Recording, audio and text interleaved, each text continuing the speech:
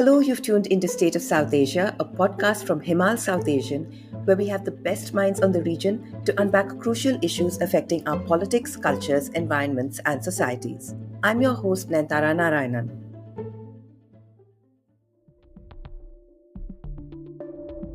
The story doing the rounds this week, that is, the first week of March, is about the shutting down of a transgender clinic in India called the Mitra Clinic. Mitra meaning friend. The clinic was set up in 2021 in the city of Hyderabad, and then two more in the state of Maharashtra to provide comprehensive services to transgender people. It was set up with assistance from the United States Agency for International Development, or USAID. Now, as we all know, one of the first things that Donald Trump did in January this year, after taking over as President of the United States for the second time, was to suspend foreign assistance by the US, with a few waivers and exceptions. He suspended USAID programs pending a 90-day review, and the US government has now announced that 83% of all USAID programs have been terminated. This move has had far-reaching consequences around the world, hitting health, education, and other humanitarian programs funded wholly or partially by the US. In a recent piece for Himal, Amanta Pereira writes about how the Trump administration's foreign aid freeze has impacted all of South Asia, from wrenching support from communities facing armed conflict and displacement in Myanmar to sending the non-profit sector in Sri Lanka into a tailspin. You can read that analysis titled Trump's Approach to South Asia Bolsters China's Regional Sway on our website himalmag.com. The impact of the US foreign aid freeze has been and will be unequal across South Asia. Despite setbacks like the shutting of the Mitra Clinic, a large economy like India is more likely to absorb the hit. But a smaller and poorer country like Nepal is much more dependent on external aid, and the impact will be felt more severely there. For example, Nepal depended on financial grants from a government aid agency called the Millennial Challenge Corporation to upgrade its roads and to build electricity lines, a plan that is now on hold. Financial assistance from the US also provided a lifeline to Afghanistan's tottering economy under the Taliban, and that is now being pulled. To talk about all these impacts and about the politics of foreign aid at large, I'm joined today by Jayati Ghosh, a development economist who's currently a professor at the University of Massachusetts Amherst and who taught economics at the Jawaharlal Nehru University in Delhi for many years before that. Jayati, thank you so much for being here today. Thank you. It's a pleasure. So we are looking at USAID cuts from the South Asian perspective. But as I mentioned earlier, it's unequal impacts across South Asia, the impact on India being quite different from, say, Nepal, Bhutan, Bangladesh, or even the Maldives. And we've already seen several reports from across the region on various programs being suspended or shut down. How do you see this playing out across South Asia, and where do you think the most significant impacts will be? You're absolutely right that the impact will be much more severely felt in the smaller countries and those that were more heavily dependent on the US for the aid. But in fact, it's a bigger issue because much of this aid was coming precisely because of what Trump saw as its woke character. That is, it was directed to things that are traditionally excluded. So, for example, the Mitra Clinic you mentioned, it's not necessary that the government of India in its current apparition is actually going to be invested in ensuring that these Mitra clinics continue. So that even though India can afford to do it and should be doing such things, it's less likely now that this would happen. This was really an additionality provided by the fact of USAID stepping in. So I do believe that, yes, this very abrupt, very cruel cutting off like that, without any warning, without giving a timeline, nothing, is designed to create complete instability and chaos, but will definitely impact directly on the suffering of many marginalized groups across the entire continent. And that's also because of the politics within our countries, if you see what I mean. It is certainly true that smaller countries have less of an ability to respond or to make up the difference. But even in countries like India, because it was going to traditionally marginalized communities, those who are otherwise excluded from the general process of, shall we say, development or social spending in general, that is going to hit them very sharply. Right. And there's that geographical disparity, but also, like you said, the marginalized communities across the region. And these are programs that are about health and health education and literacy. You have vaccination programs, maternal health, sex education and contraception, literacy programs. How bad will the fallout be on these initiatives? For example, we've seen very grave concerns, for instance, on the HIV programs in South Africa. In India and in the rest of South Asia, what do you think might be the worst affected when it comes to these programs? This is a really serious problem because I was talking to Winnie Byanyimya, who is the head of UN AIDS, as you know, and she was saying that 80%, more than 80% of their budget actually came from the US and from USAID. So at one stroke, you've lost 80% of your budget. It's literally now a question of which clinics you can manage to keep going at all, which kinds of assistance you can keep going. And it wasn't just clinics. Of course, there is the whole direct impact of clinics, but there is also the whole range of, shall we say, awareness creation, making people who have this feel that they can access something, support groups. These are all also very important for not just physical health, but psychological health and social cohesion. All of those are simply going to get dropped because the immediate and only thing you can do if you have only 20% of your budget is to fund just immediate life-saving things. So there's a very wide range of impacts that is going to happen specifically to those with HIV. It's across Africa, of course, but we still in South Asia have a lot of people who are suffering from it as well. But when you think of the other aspects of USAID, now, it's funny because in the past, many of us have been critics of these aid programs, and we have seen them as deeply political. We have often described aid as imperialism and so on. And there's no question that there is an element of that in a lot of the ways in which aid is given.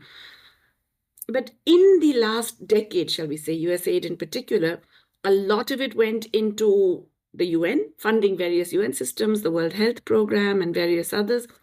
It went into these areas that were not dealt with by traditional government programs and support schemes. And I think, therefore, it was actually filling some important gaps. And that's going to be directly felt. Now, in some countries, I think Nepal, but definitely Afghanistan, the impact is very, very severe. And of course, it's extremely appalling in Afghanistan because that country is in crisis partly because of the US, partly why largely because of the US, right? A 20-year war that devastated the region and the country, massive sanctions imposed by the US. When it withdrew, it actually also then essentially froze the Taliban government's bank accounts and foreign exchange reserves.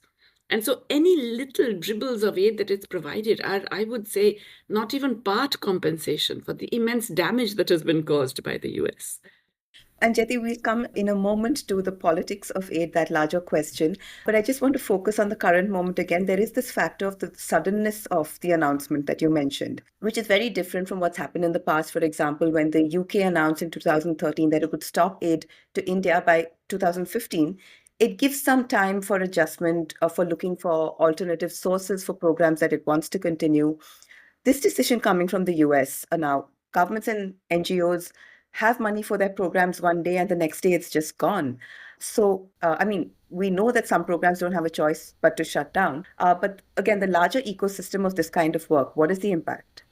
I think the impact is disastrous. And so there are two things going on here. One is as you say, the suddenness of it. No warning, and then suddenly there's no money at all. So you literally have to stop, if you like, mid-injection, It's absolutely unbelievable the way in which it was done. The cruelty of the suddenness is something that is really quite striking. And in India, we are used to sudden decisions of our own government, which are also have had very cruel and very disastrous impacts on just normal human suffering and so on. But this one is interesting because, subsequently the courts have tried to stop it. The US courts have actually said you cannot freeze it. The US government hasn't really complied. In other words, the money isn't coming. So effectively, it has stopped. And yes, the courts will once again remind the US government, and maybe then they will at some point unfreeze it. But what you've done is create an atmosphere of instability in which it will be very hard for the NGOs or any other agencies that are delivering this on the ground to keep functioning in any kind of smooth manner. Even if you get money, you will have to think, well, I better hold on to it, hoard it to save for the most important things or for my sheer survival over the next year. They will all be minimizing their activities. And they really have no choice in this because of the uncertainty that has been created by this really dramatic, sharp move. And as I said, the courts have said do not do so, but it's being contested. And that process, in the meantime, means that the money is still not coming through. And you cannot hope, the courts have not actually said that you can never do this. They've just given a temporary pause. So that uncertainty remains. So that's one dimension of it. But the other dimension, which I find really striking, is, if any of us thought that the rest of the donor community would step up to fill the gap, we have to rethink. In other words, this has been accompanied by quite dramatic reductions of aid from major donors, Switzerland, Germany, England, France, etc., some quietly and some very openly and explicitly. So it's almost as if the sort of vicious and very short-sighted, self-oriented, me-first kind of approach has been transmitted through by osmosis to the other donor countries. So instead of getting other countries stepping up to fill the gap, we're actually seeing them withdrawing as well. Coming back to that argument that you made in 2013 that rich countries should stop sending aid to a developing economy like India, despite India still having high levels of poverty. Could you take us through that argument? And do you think the state of the world, that geopolitics, that development across the world has changed and in a way that we need to rethink that? When I wrote that article, and I still hold by that argument. Certainly, I believe that the problem that countries like India, or shall we say large economies with many, many rich people in them, but vast numbers of very poor people, is a problem of the domestic political economy. But it is also a problem of the international economic architecture. And that architecture includes aid. But that aid is a tiny fraction of the amount that we lose through other aspects of that architecture. A very unequal pattern of international lending where all of us have to pay much, much higher interest rates than the governments in the rich countries pay for no reason, just because credit markets tend to keep us at lower grade and tend to charge us higher interest rates. And at any threat of crisis, they are the ones to move out first, making the problem worse for us. That's one. But the other is because we are not able to raise the taxes we should be raising. We don't have the fiscal resources because the global system prevents us. Multinational corporations pay barely any taxes in any of our countries, even when they function hugely. They have large markets in some of our countries. They use us to extract minerals, to extract important natural resources. They use our labor, cheap labor, for their own advantage, yet they pay barely any taxes. And that's because they can shift their profits to these low tax jurisdictions in the guise of all kinds of things, patent royalties, technical fees, interest payments, all kinds of. Multinationals have, huge numbers of tax advisors who help them do all this, shifting the money to low tax jurisdictions. So we end up getting nothing.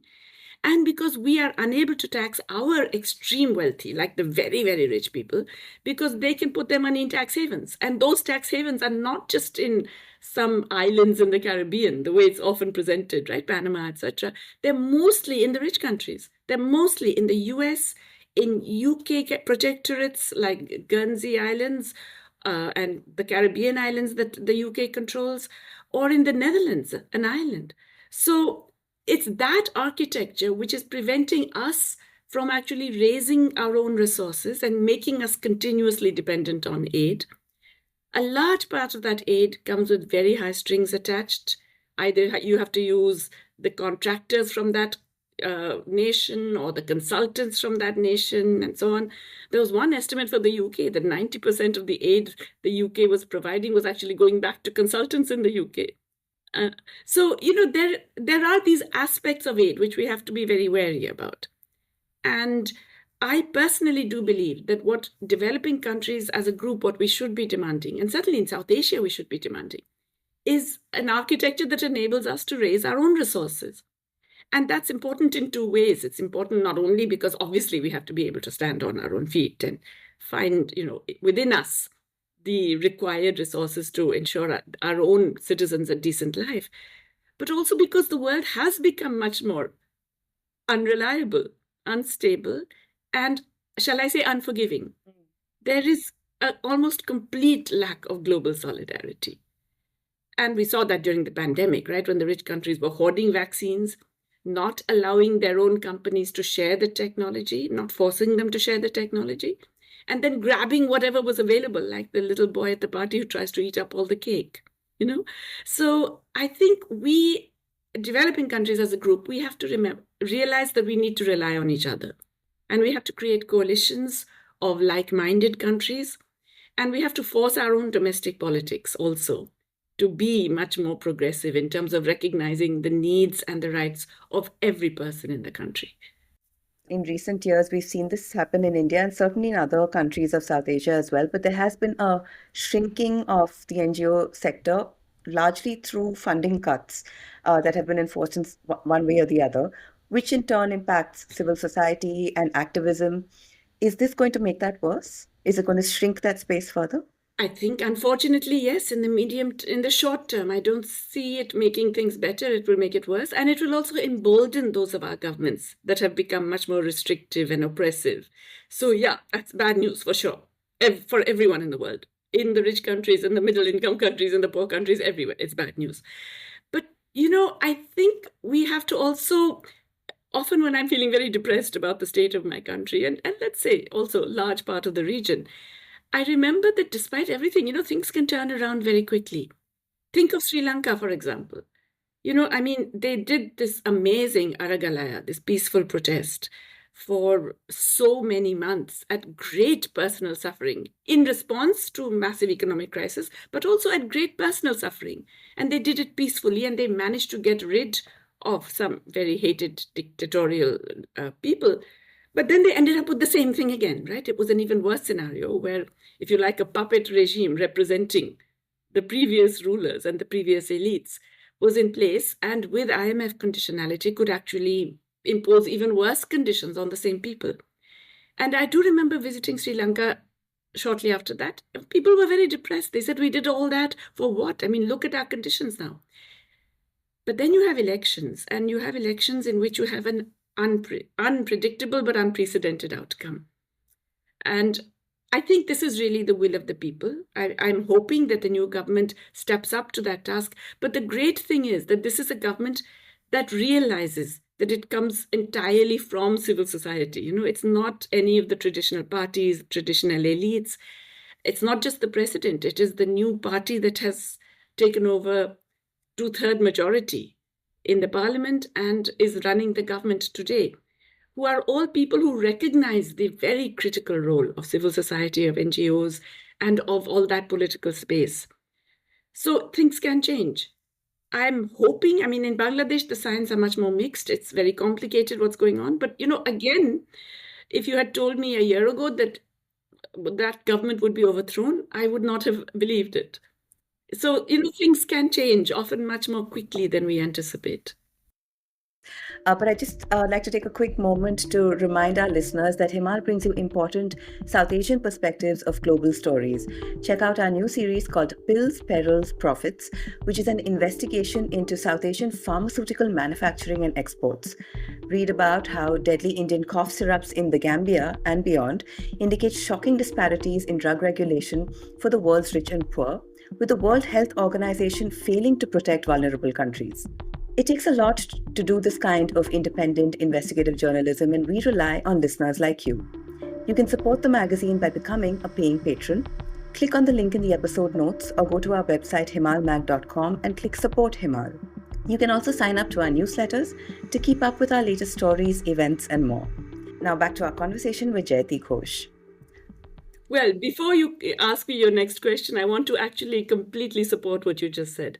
I do believe Himal is a very important voice for South Asia and for the world in general, especially the developing world. And so I really want to commend you on everything you've been doing. Thank you so much, Jyoti. So, you talked a little bit about the politics of aid and the conditions that donor countries attach to this aid. But, could you take us through some of the more significant, maybe egregious examples of that, where recipient countries really have been forced into positions that they don't want to be in because of receiving aid? There are many ways in which this control over aid giving has played out. So, some of the more obvious and open ways are when the donors require the recipient countries to either buy equipment or use consultants or get advice from those whom they suggest, who are typically based in the donor country. And so, a lot of that aid actually flows back to or is kept in that donor country. But a greater and more insidious way is actually by affecting policies.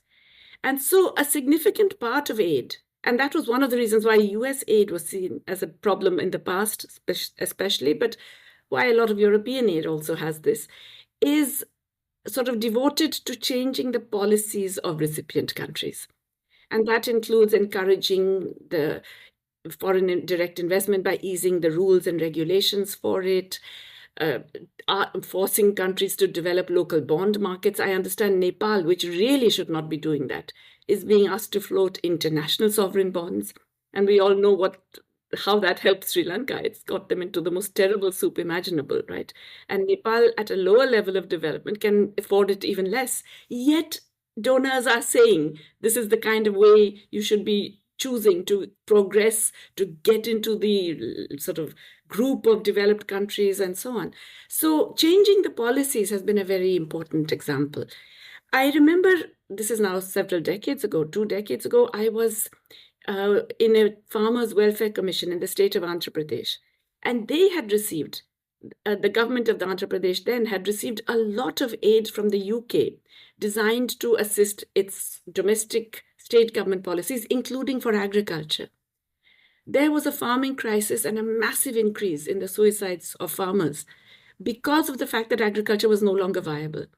And the part of the reason it was no longer viable is because the policies that were actively promoted by the Adam Smith Institute, which was a major beneficiary of the UK aid going to Andhra Pradesh, was proposing that you deregulate the markets, that you allow, various input suppliers free rein without making sure that they are not actively compromising the process of cultivation, that you reduce the public intervention in basic things like research and extension.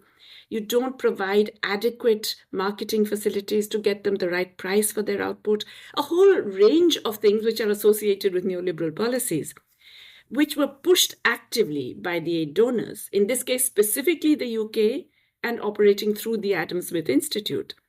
And these had a terrible impact on agriculture in Andhra Pradesh. It took a decade for them to actually recover from that. And Trump had also reinstated the global gag rule, which says that any organization that accepts funding for healthcare or health services from the US cannot provide abortion services, including referrals. And this affects all kinds of related health services, such as providing contraception, HIV prevention, and really everything related to sexual and reproductive health.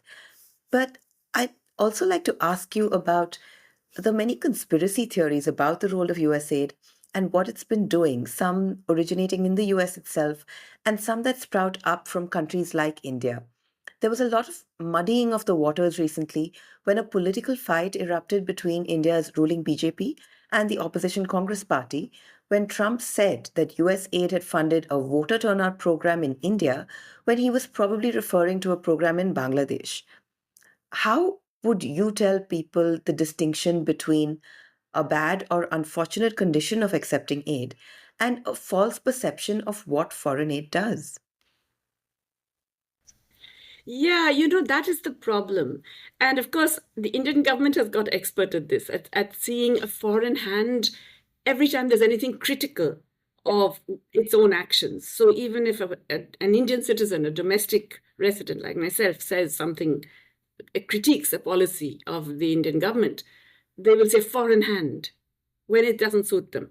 And then, of course, when it suits them, they will use similar kinds of foreign hands or exposés to try and, embarrass or critique the opposition. So this is a very common practice. I think the problem is really this, is that we have to separate the impact of things on the ground from the way in which they are talked about. And unfortunately, a lot of our media doesn't. That's another reason why I do appreciate Himal, Southasian. I do think you are actually trying to sift through a lot of this and make sure you're capturing the reality and not the way it's just presented by the governments or elites in charge. Aid itself is a potentially divisive issue. But it turns out that the same government, in the Indian case, the Modi government, that has been so heavily pointing fingers at anyone who is taking foreign aid, is anxious to get a lot of that itself. Right. And in fact, twisting the arm of aid agencies, saying, well, you have to give it not just to us, but to our favored NGOs, not to NGOs on the other side. And it has been actively doing that. So in that sense, we have to expose the hypocrisy of those who say that all the aid is colonial. I mean, ultimately, it really depends on how countries make use of it.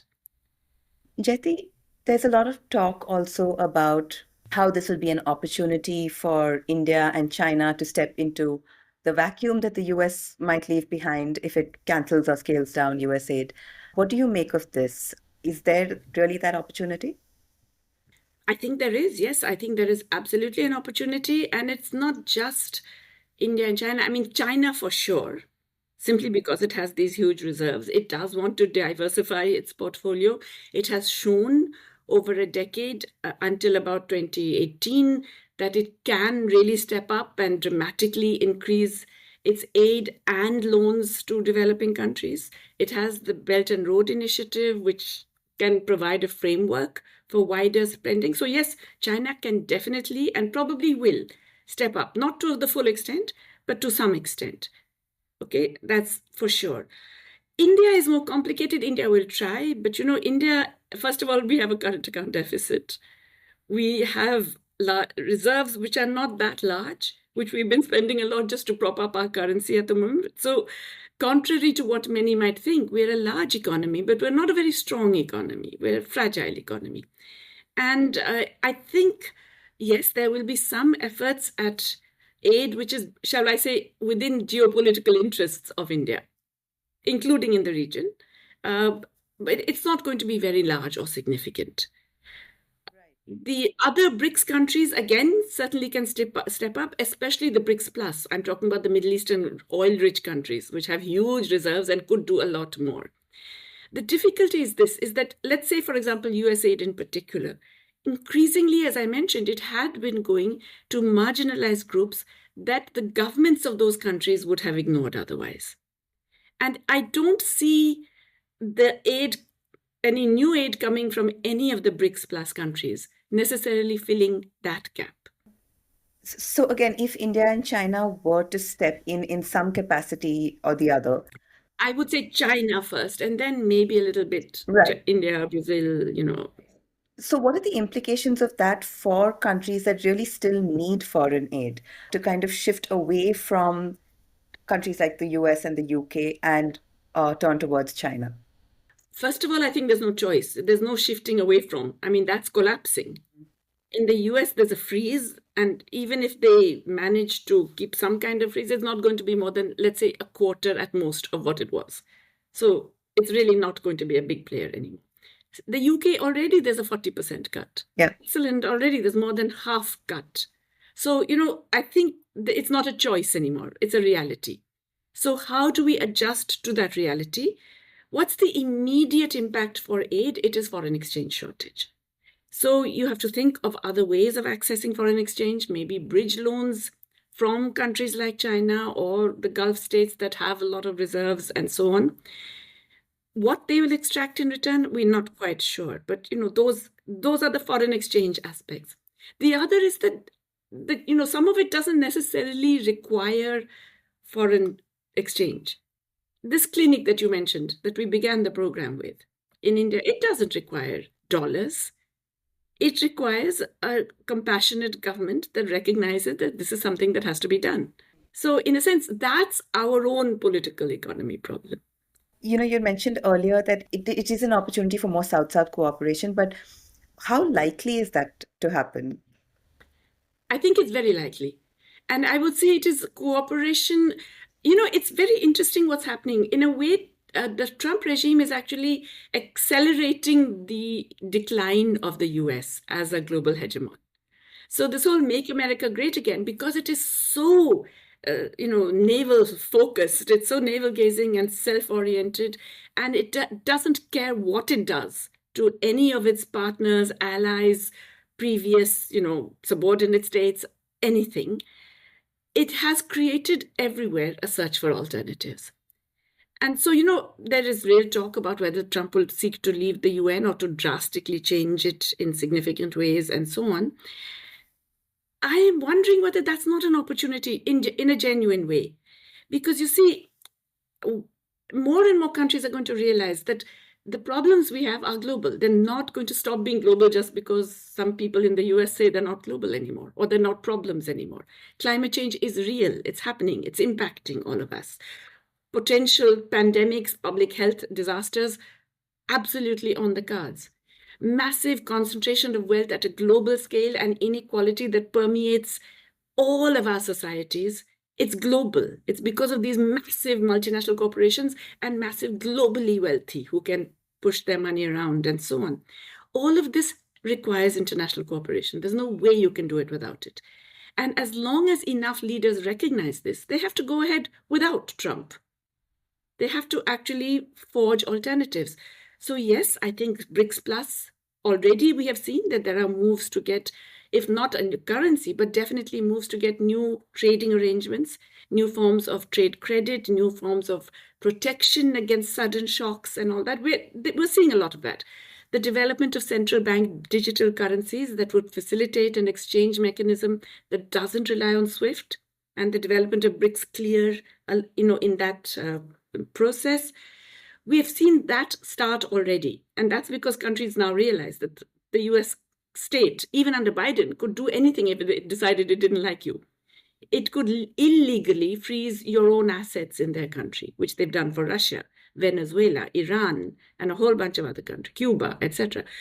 It can do all kinds of things in contravention of international law, so you have to have plan B. I think what's interesting now is that the Europeans are realizing that you have to have a plan B. And we've seen that play out in different ways. So if there's one area I know a little bit about, which is the ongoing negotiations for a UN framework convention on taxation. And that's really important. It's something that came up, it moved from the OECD in a way to the UN thing. The Europeans were completely against it. The US was completely against having it in the UN.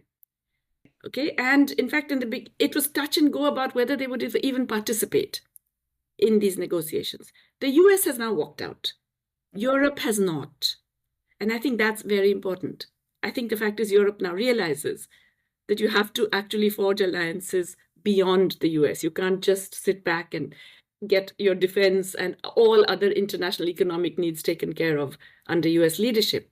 And so negotiators at the UN have told me that they have found European negotiators to be much more receptive and responsive in the last few weeks than they have been for years.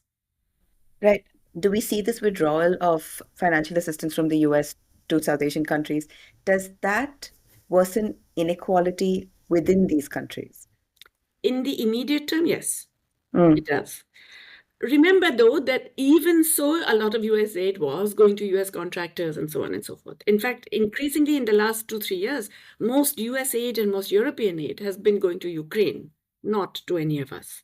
But still, to the extent that some was coming in and to the extent that it was going to some of the poorest and most marginalized, yes, definitely it will increase inequalities. But it need not. And that, I would say, is because a large part of many of these things are activities that we can do ourselves without foreign exchange. If you don't need foreign exchange to do it, it means we have to exert pressure on our governments for them to step up and meet that gap. It's not only the fiscal constraint, it's also a mind constraint, if you know what I mean. Right. It's a constraint of the will. You need to have the political will to do it. Yes. Jyoti, before I let you go, could you give us three recommendations of further reading or watching or listening? So these can be books, papers, podcasts, movies, even, to kind of understand the subject better about the implications and the politics of foreign aid.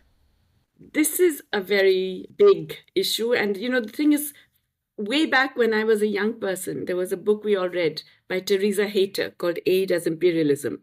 It was written in a very different world in the 1960s, okay? And it was talking exactly about some of the points that I had mentioned earlier.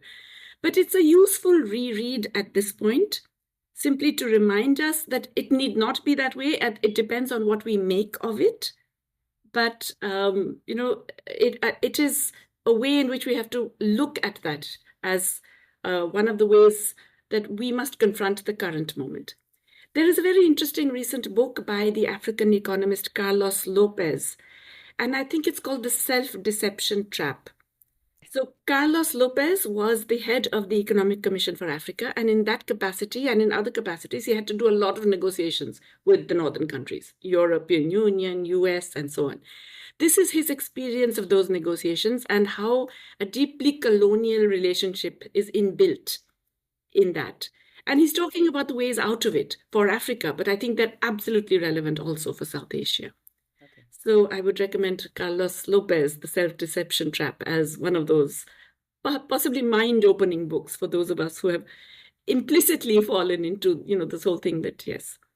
Of course, there is also the point that, they owe us. They owe us ecological debt. They owe us, the centuries of exploitation. And for that, I would recommend a book about why are we in this state where we need all this aid, where we need all of this, help all the time? Is it because we are just, lacking in some way, or is there some historical evolutionary process? There is a book by this wonderful economist, Omiya Kumar Bagchi, who was one of the greatest political economists India has produced. He died very recently, a few months ago. And his book, Perilous Passage, it is a story of the whole process whereby, I think it's called, the subtitle is Humankind and the Global Ascendancy of Capital.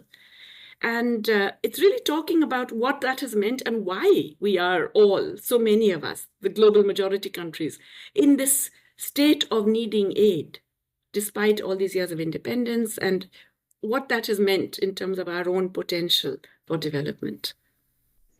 If I can add one movie, I don't know if it's available on any streaming platform yet, but as you can see, I'm quite obsessed with this fact of tax inequality, the international system not enabling us to generate the tax we need. And there is a movie made called Tax Wars.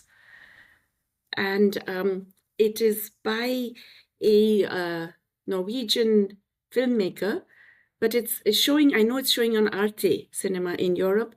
It's about the commission that I'm involved in, but it's also about the specific issues we take up in terms of multinational taxation and taxation of the extreme rich.